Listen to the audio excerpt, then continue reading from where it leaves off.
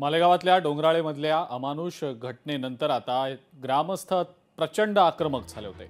संतप्त ग्रामस्थांनी 4 तास रास्ता रोको केला। मंत्री दादा भुसेंनी आंदोलनकर्त्यांची समजूत देखील काढली। मुख्यमंत्री आणि उपमुख्यमंत्र्यांकडे शिफारस करून तातडीने न्याय देण्याचा प्रयत्न करू असं मंत्री दादा भुसेंनी या संतप्त ग्रामस्थांना सांगितलं।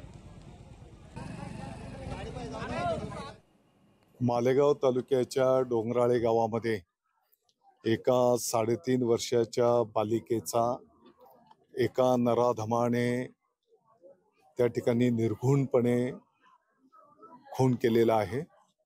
बाकी इतर तपास पोलीस प्रशासन त्या ठिकाणी करत आहे आणि ज्या नराधमाने हे दुष्कर्म कृत्य केलेलं आहे ही केस फास्ट ट्रॅक कोर्टावर चालून आरोपीला लवकरात लवकर फाशीची शिक्षा झाली पाहिजे।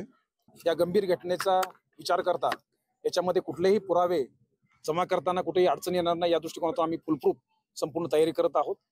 याबरोबरच या बाबतीतले चार्जशीट हे लवकरात लवकर जाईल आणि ही केस फास्ट ट्रॅक कोर्टामध्ये चालेल या दृष्टिकोनातून आम्ही सर्वतोपरी प्रयत्न करत आहोत। अशा गुन्हेगारांना व्यवस्थितपणे केस तयार करून माननीय न्यायालयामध्ये सादर करणे आणि तात्काळ निर्णय होईल या दृष्टिकोनातून फास्ट ट्रॅकमध्ये केस चालवणे या दृष्टिकोनातून जे काही करणं शक्य आहे त्या सर्व गोष्टी आम्ही आमच्या स्तरावर करत आहोत।